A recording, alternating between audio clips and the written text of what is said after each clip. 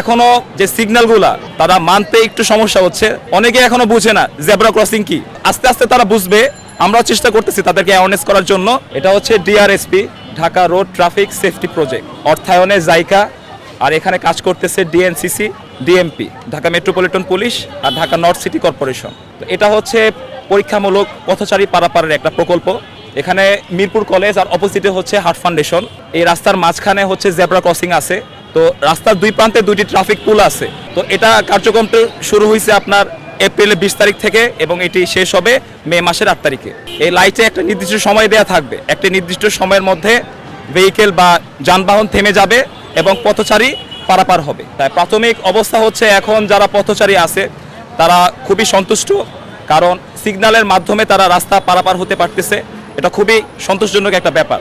তারা আমাদেরকে সাধুবাদ জানাচ্ছে, তারা আমাদেরকে বলতেছে সমগ্র ঢাকা শহরে যাতে এরকম একটা প্রকল্প করা হয়। তো এখানে হচ্ছে প্রাথমিকভাবে একটা জায়গাতেই করা হচ্ছে, আস্তে আস্তে সারা ঢাকা শহরেই করা হবে।